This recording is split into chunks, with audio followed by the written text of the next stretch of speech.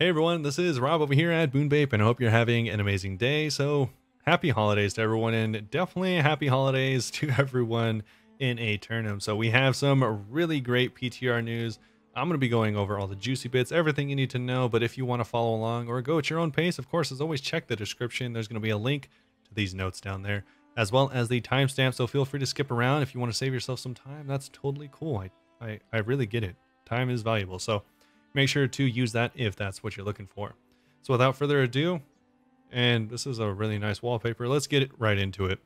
So for these December PTR announcement patch notes, there's a lot. So like I said, I'm going to be skipping around a little bit, but I will give you everything I think is important.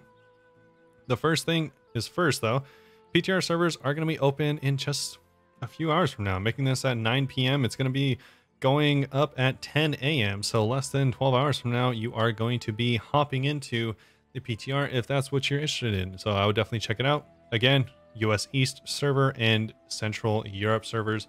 So you're going to have to go over to Steam, look up New World in your library, download the public test realm, and from there, you will be able to make a new character and try out all this stuff. So your character starts at 60 and they give you everything you need to do all the testing possible. Give them your feedback on the PTR. They have their own sub forum, so feel free to give the feedback there. And hopefully they'll be trying to edit as best they can. Obviously, not everything's going to get in there, but hopefully they'll try to fit as much as they possibly can. Moving on down here to the limited time events. This is pretty cool. So we have a Yeti here, and this is going to be the Winter Convergence Festival. So this is going to be the first holiday event that we have because they skipped Halloween. It was too close to the release of the game, they said, so they didn't have anything there. But this is going to be the very first one, the festival for the holidays. So this is pretty nice. It says that the holiday of the Winter Convergence has arrived in Aeternum, marked by the appearance of the increased snowfall and northern lights, aka Aurora Borealis. Also, I don't know if they meant to say Allah or if they just typed an L instead of a K. Either way, kind of funny. This is the time of duality and dichotomy as the Yeti, the Winter Wanderer, is bipolar. So that is the entire premise of this event.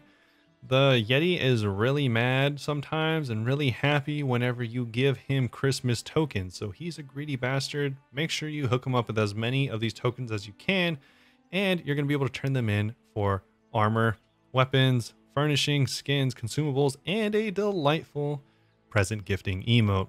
All themed off the Wonderland Aeternum holiday of Winter Convergence. So this is music to my ears. This sounds like a really great event. You know, pretty standard par for the course, and they actually have all of the quests here so we can check out what they're going to be. So if you are looking for any of these winter villages, they're going to be in Everfall, Monarchs, Weavers, and Brightwood. So feel free to check them out and check out all of the winter stuff they're giving you for rewards. As far as the quests go, this is my favorite one, this first one. The Convergence Spirit. So it says the Convergence Spirit, you can give a helping hand in decorating your favorite settlement, and essentially you do these special town projects and they're going to reward you with these coins. So you're going to get an improved daily reward, and this is, I'm assuming, going to be the coins that you can turn in for additional stuff, or maybe it's just going to be straight up a reward. That'll be nice to see. That's pretty cool. Moving on to the next one, there's some lost presents because the frigid folk are mischievous thieves. So they've been stealing presents. You got to get them back. I'm assuming you're going to have to kill them. Unfortunately brutal, but you're going to have to recover them and turn in your tokens to the holiday huts we just mentioned earlier. Moving on to the final gleaming gleamite collecting. So bright, glittering, gleaming gleamite meteors. Quite the tongue twister, of a multitude of colors. So essentially, there's going to be a bunch of Aurora Borealis meteors falling from the sky. You're going to have to harvest the crystals and turn them into the holiday huts. So happy hunting. So some meteors, watch out, watch your heads, bring your hard hats. And we have some new content, actually new content. So ice caves. As you can see here, some really cool artwork, but what's cooler than a frigid, angry earth? This, dude, this little sneak peek. How many of you actually saw this? Look at this sneak peek. It's giving me some really good Christmas vibes. Holly jolly hat with some jingle bells around the neck. And it's serving me some, you know, top-notch Frozen vibes. So shout out Disney. Man, though, actually, they might get sued for this. But either way, this is definitely looking cool. Really cool shield. I think the models look really good. I'm excited about this. Let me know what you think about them down in the comments below. But this is, like I said, some actually new content that is going to be here forever. So icy caves are appearing all over Aeternum due to the Winter Warriors' desire for a forever winter. They are snowy and icy caves that the Yeti uses their powers to freeze up and make snow fall. The rest of Aeternum will look like these icy caves if the onslaught of the warrior is not stopped. These caves will remain behind after the event as scars of the land, sources of wintry magic that refuse to melt even if the warrior is defeated. So as you can see there, they're sticking around. So this is going to be pretty cool. Hopefully they give some really good gear, maybe cosmetic. I'm not sure. I'm just excited that there's new stuff that I'm going to be able to fight and do. So speaking of new content, there's some new leveling content. So there's going to be side story quests in Restless Shores and Morningdale. So all you need to do is finish the main story quest in Corruption. So after you're done with that quest, you got some new ones. So this might ease your leveling experience a little bit, give you some more to do. If you've already knocked out all the quests, then feel free to jump on a few more.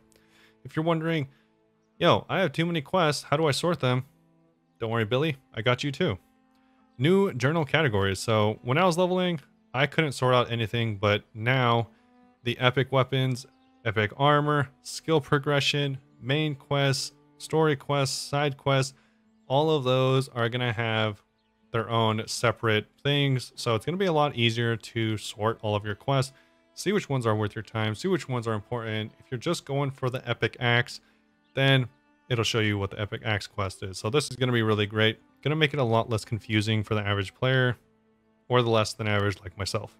So moving on to the biggest change, definitely the biggest change of the year, definitely the biggest change of the entire game's life, the removal of the high watermark system. Collapse all around. I made an entire video on this, like I said at the beginning of the video, I think.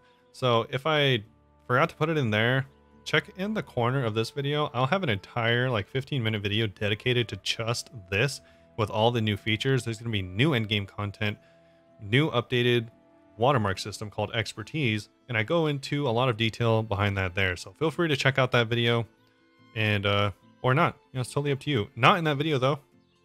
What's the next thing we're talking about?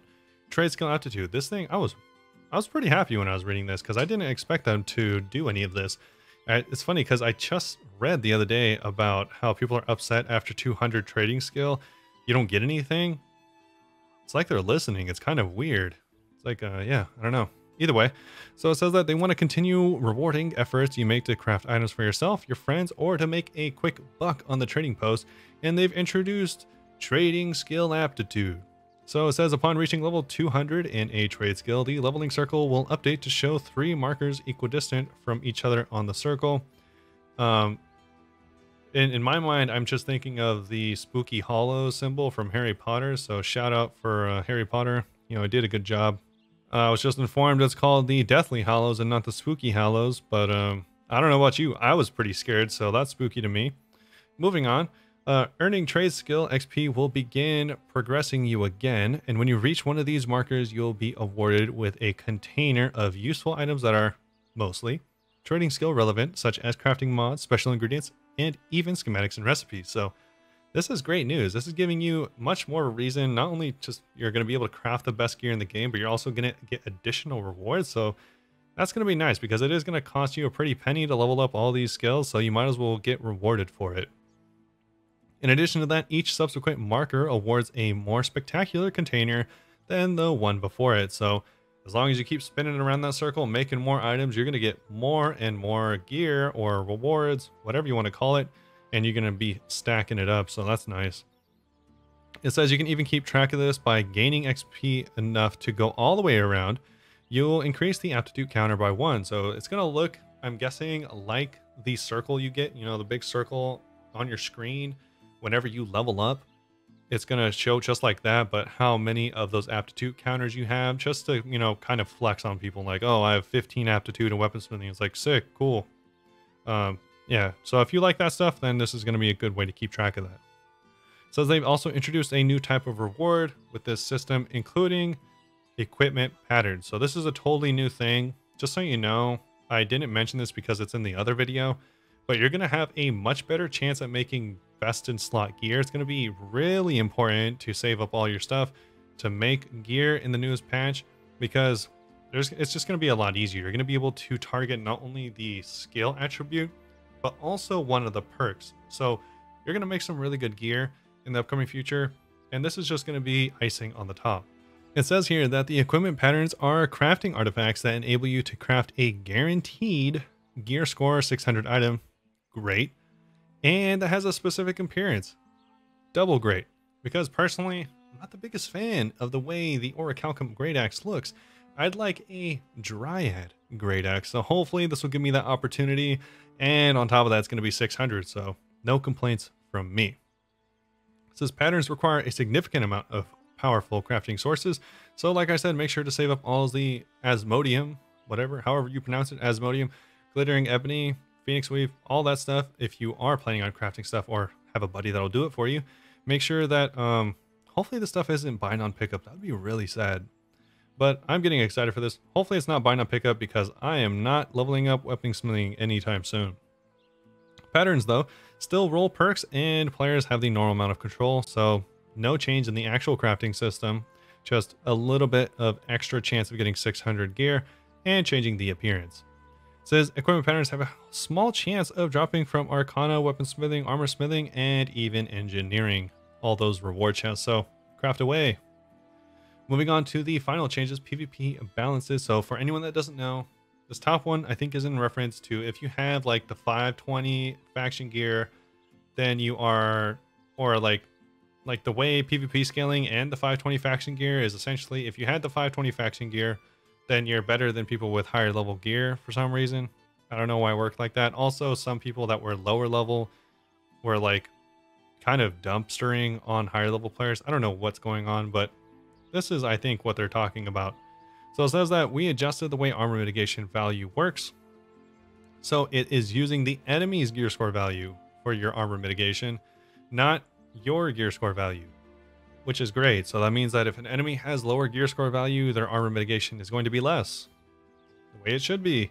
So it says that in order to adjust for the difference in the armor mitigation, they're increasing the damage. So this is damage scaling for PvP, increasing the damage low level players do and reducing the damage higher level players do. So fingers crossed. I'm okay with this. I think damage scaling is fine. PvP scaling is fine as long as it's done correctly. I don't want to go around doing faction missions being 5-shot by some level 40 with a musket. Okay? I don't want to fight level 1s and just get destroyed. That'd be nice. So hopefully it's not like that, and hopefully they do it right. I know in the beta it was kind of tuned up, so hopefully they've taken a step back from that. And I want level 40s to feel impactful in Outpost Rush, or not Outpost Rush, in fort runs, or taking over forts, taking over territories, but I don't want them to be the majority force, So hopefully they get that right. Talking about the last couple things, crit damage application. So now it's going to be additive instead of multiplicative. Thank God. Because that's going to make it so that other players that focus on high crit damage bonuses, such as muskets and bows, that I'm constantly getting dominated by in wars right now, they are going to be doing less damage. Great news all around. I guess unless you use those. And finally, the buffer window. So this is just going to make dodging a little bit smoother. And it's going to make it so that the updated buffer window happens on the first frame of the attack that would deal damage, or on the first casting frame that would deal damage even if the ability doesn't deal damage. So overall, it seems like they're trying to make dodging a little bit more consistent, a little bit smoother.